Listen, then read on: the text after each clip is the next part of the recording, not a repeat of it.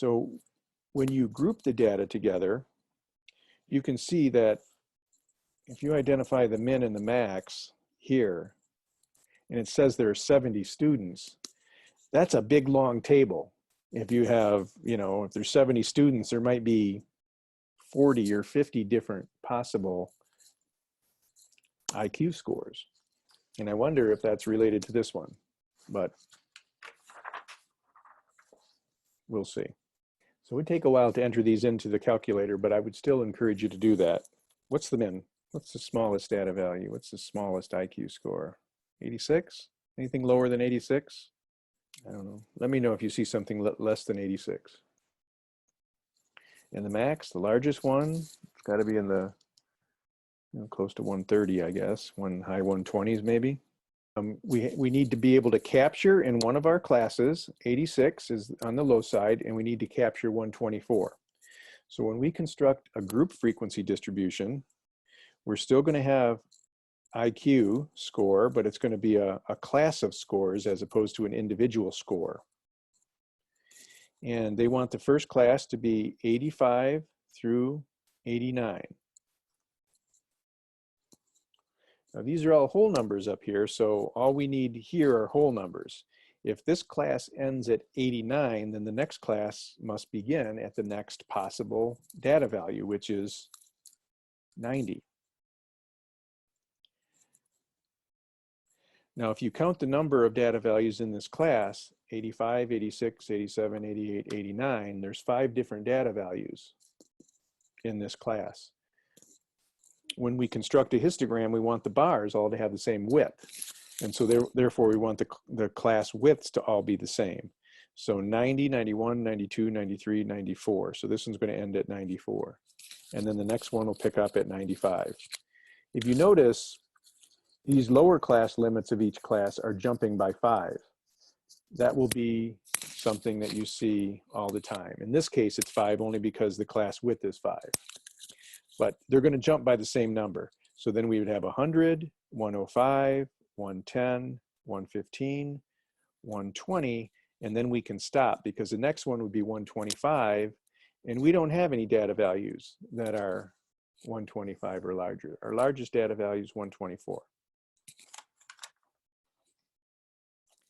So the lower class limits will also jump by 5. 5 plus 94 is 99. Next data value 100.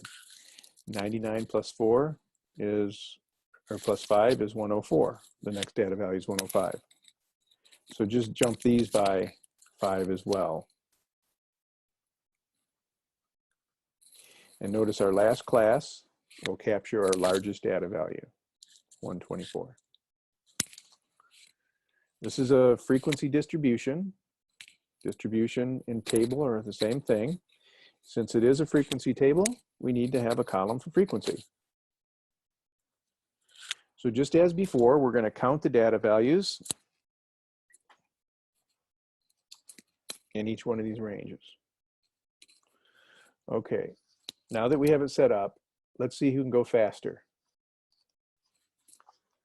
And I'll give you a start. You just go ahead and identify the number of data values in each class. So how many data values do you see up here that fall between 85 and 89?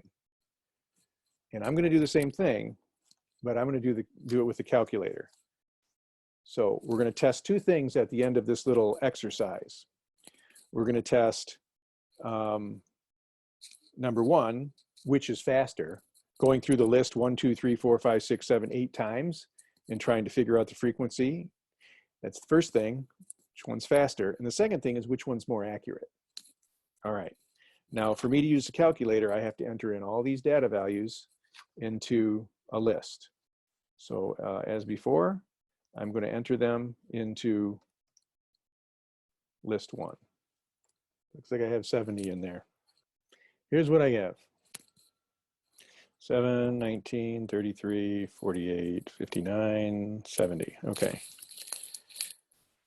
So here is the frequency, the number of times. You can see this data values in this range, this.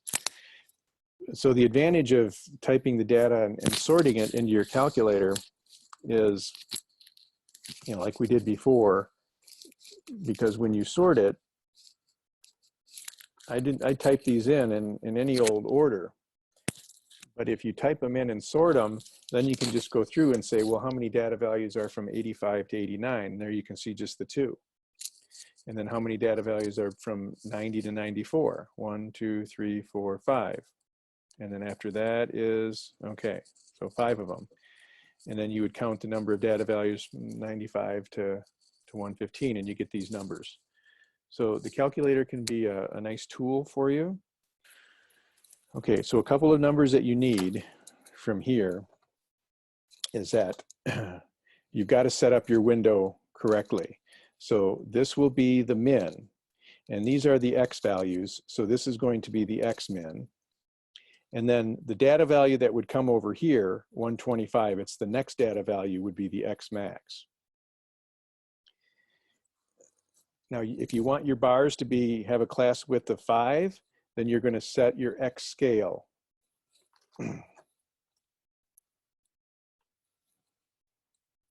So first of all, to set your window, and you're going to press this button here, you want the x min to be 85, the x max to be 125, and then the x scale to be 5.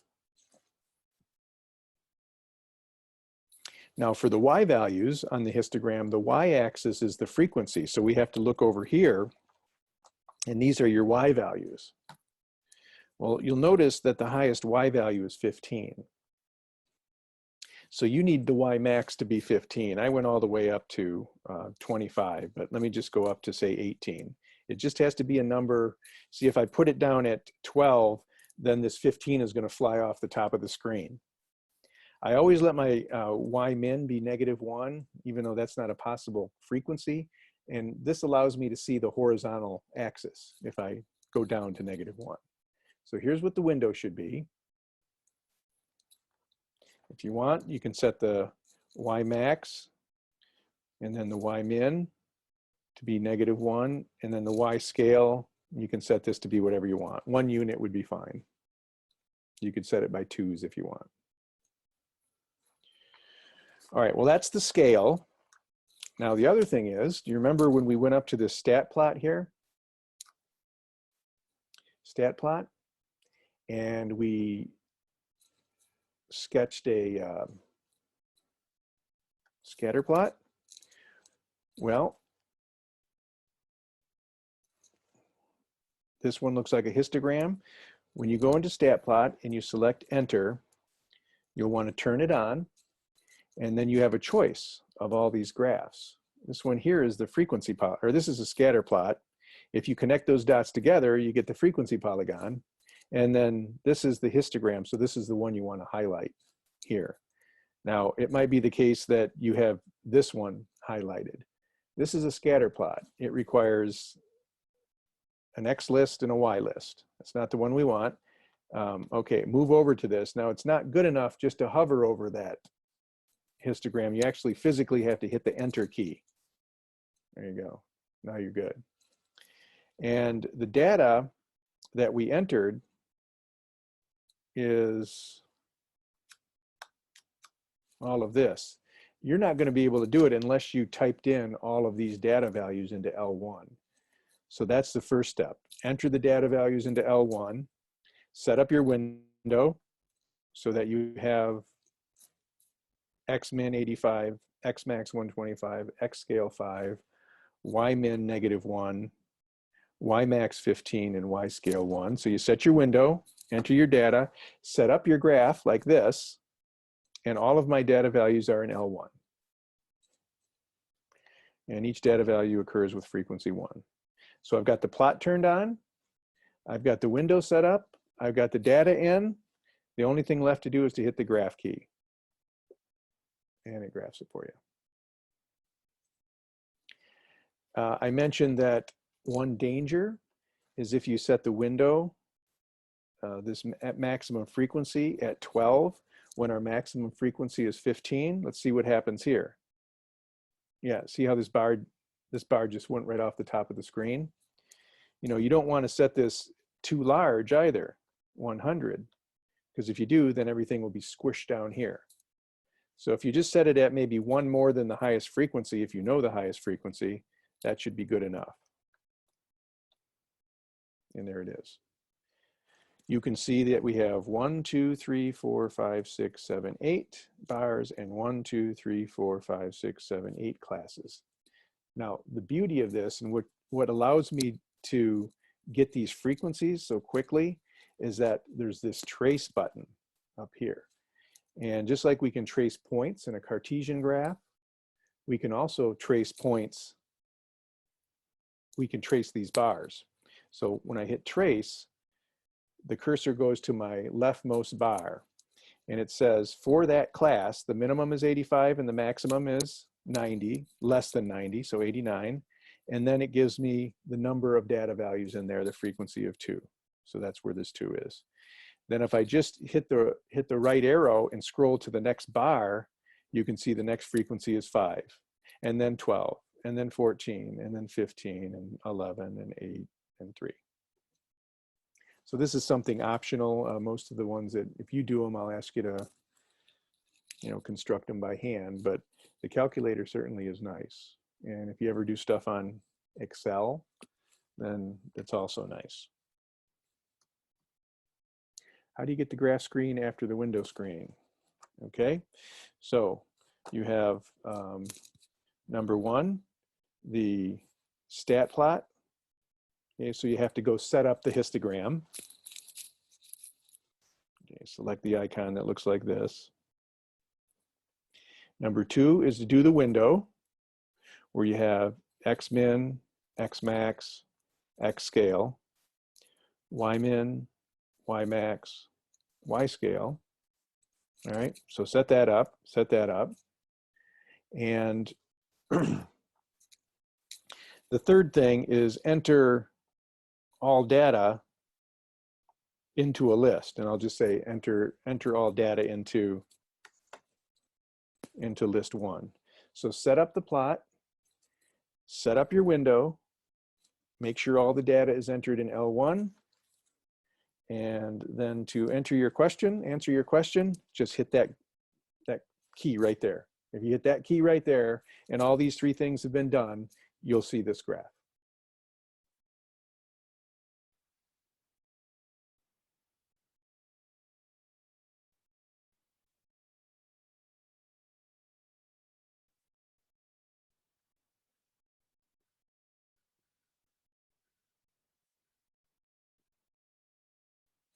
Okay, I see Lex's question. And the question was, how exactly do we set up this frequency table?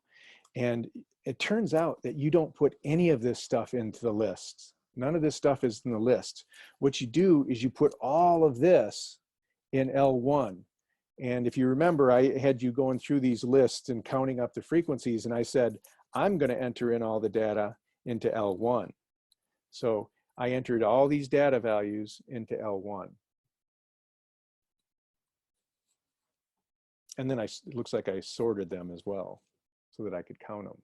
So that might be the missing step if you didn't enter in all the data. But as long as you enter in all the data in L1, all of these guys, all 70 of them, right? Enter all the data in L1, set up your stat plot, configure your window. I forget what this was. This was 85 to 125, and the class width was 5, and then -1 and 16 and 1. Set the window up, set up the graph. You know that the graph is turned on if you go to y equals and you see this plot highlighted. You can also see it here, it's turned on, and it's a histogram, and it's going to graph data in L1, frequency of 1. So it turns out that none of this stuff actually gets entered into the calculator in any way. But you have to do this so you know how to establish your X min, X max, and so on. That one, and here's another one. This is called a stem and leaf plot. And for the stem and leaf plot, you have, what's nice about it is you have every data value graphed in this graph. And you have a stem, which is usually a higher place value number. And then you have the leaves, which are usually the lower place value numbers. These happen to be 40 test scores. So if you count these digits over in here, you'll see that there are 40 of them. But what were the test scores? Well, this first row, you've got the test score of 47, the test score of 45, and the test score of 43. So you put the tens digit with the units digit. But since 4 is being written over and over and over again, we just write the ones digit. Now, sometimes you'll see them like this. I generally wouldn't say that this is correct because usually the leaves should be ordered as well. And these data values are not ordered. So if we really wanted a correct stem and leaf plot, we would order these leaves. So this would be 3 and 5 and 7. And this next row would start with 0, and then you'd go 4, 6, and then a couple of 7s, and then a 9. And this next one, 3 is the lowest one, and then 4, and then a couple of 6s, a 7 and an 8. So this would be the correct way to represent this. The stems are ordered and the leaves are ordered. What's nice about a stem and leaf plot, if you tilt it on its side, you kind of have a histogram. It looks like, here's your 4, a bar of 3 tall, another bar. You get all the data values. It's kind of in a nice little graph.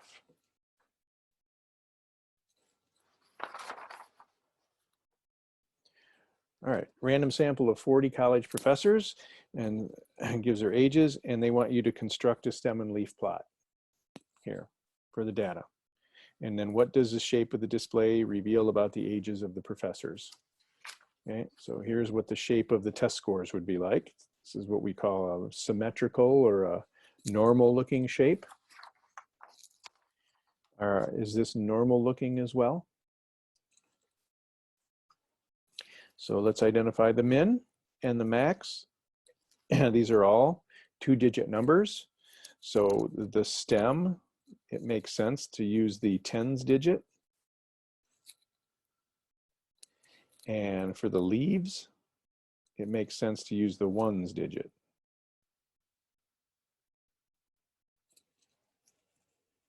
So to determine where we start our stems and where we end our stems, we need to know what the max is and what the min is. In this case, the min was equal to 43 and the max was equal to 94.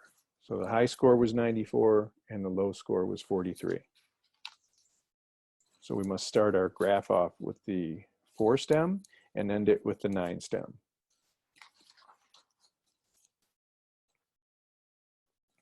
Uh, 28, anything lower than 28? There's another 28, a 29, and a 25. Okay, so the min looks to be 25. And then the max, these are ages, right? So 60 something. There's one with 66. Anybody older than 66? All right, the last thing that you're going to see in this section is misleading graphs. So poverty rate. Here's the year, 2001, 2002, 2003. What percentage of people live in the US live below the poverty level? And here you can see them. From 2001, it was 11.7, then it went up to 12.1, then it went up to 12.5, then it went up to 12.7, and so on. And so the question is, does this look like a dramatic growth? Well, over here, if you look at this, these two graphs are graphing this data right here.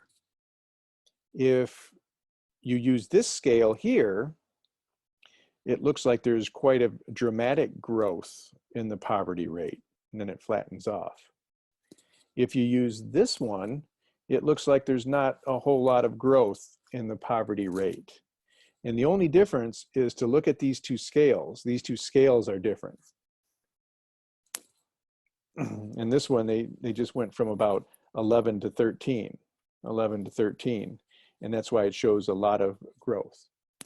But sometimes people change these axes here just to make it look like there's dramatic increase in the poverty rate, when in fact, you can draw this graph and say, well, there's an increase, but it's not that dramatic. You can even look at the numbers here and see that it's not dramatic. However, if you're talking about 331 million people, then yeah, there's a lot of people that are in poverty when you increase by 0.4%. So there's the other part of this section is they want you to look at some graphs and to see that, you know, what's misleading about them. They're accurate, but why are they misleading?